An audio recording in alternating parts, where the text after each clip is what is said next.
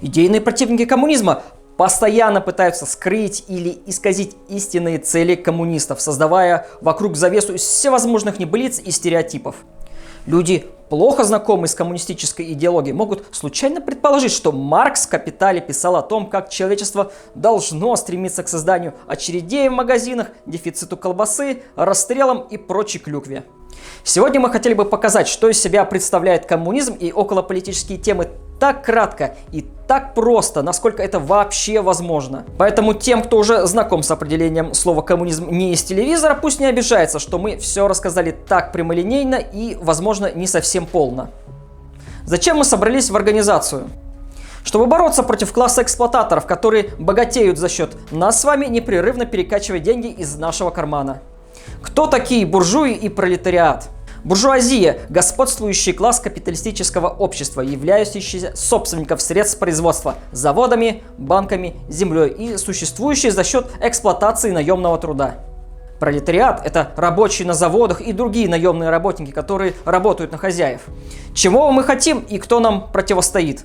Коренное изменение общества, чтобы власть и собственность принадлежали трудящимся. Такое изменение и есть революция. Смена капитализма на социализм. Капиталистов меньше, чем наемных работников. Почему же их до сих пор не победили? Потому что в их руках государство, власть, чиновники, армия и полиция. Поэтому они могут убить или посадить в тюрьму тех, кто против них. Кроме того, на них работает большинство СМИ, включая телевидение. Как мы будем бороться с капитализмом? Способы разные, но итог должен быть один – построение социалистического общества. Что такое революция? Это коренной переворот в жизни общества, означающий низвержение отжившего и утверждение нового, прогрессивного общественного строя. Что такое социализм? Это когда средства производства, земля, заводы и природные ресурсы, а также банки с телевидением принадлежат всему обществу, а не каким-то частным лицам, только потому, что они, видите ли, собственники. Что такое коммунизм? Следующий за социализмом этап коммунистического общества, когда производство на базе науки и высшей техники будет легко удовлетворять все разумные потребности всех членов общества, и люди смогут сосредоточиться не на вопросах выживания, а на своем всестороннем гармоничном развитии, когда труд превратится из тяжкой обязанности в творческий прогресс, источник радости, удовольствия. Люди пока не хотят коренного изменения общества. Что делать? Работать с людьми, рабочими, студентами, школьниками и солдатами, даже с буржуями, которые еще не до конца совесть потеряли, то есть объяснять им свои идеи и привлекать их к себе. Кроме того, при капитализме можно улучшить положение пролетариев, повысив зарплату, снизив плату за квартиру и так далее. Но просто так буржуи этого не сделают. Этого надо добиться. Это тоже наша задача.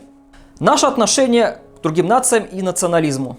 Для нас главное не какой человек национальности, а какому классу он принадлежит и чьи интересы он защищает. Пролетарии всех наций – наши друзья и союзники в борьбе против общего врага – капитализма.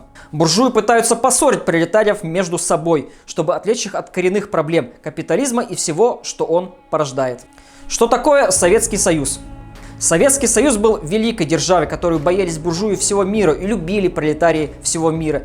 Первое государство в мире диктатуры пролетариата, низвергнувшее капиталистический строй и буржуазную государственную машину. К чему привело разрушение Советского Союза?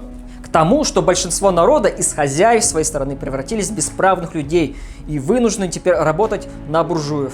У большинства населения нет возможности ни квартиру купить, ни полечиться, ни заработать себе на достойный отдых.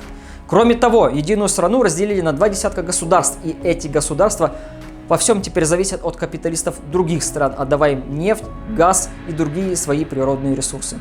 А собственная промышленность, наука и армия находятся в упадке. Почему мы победим?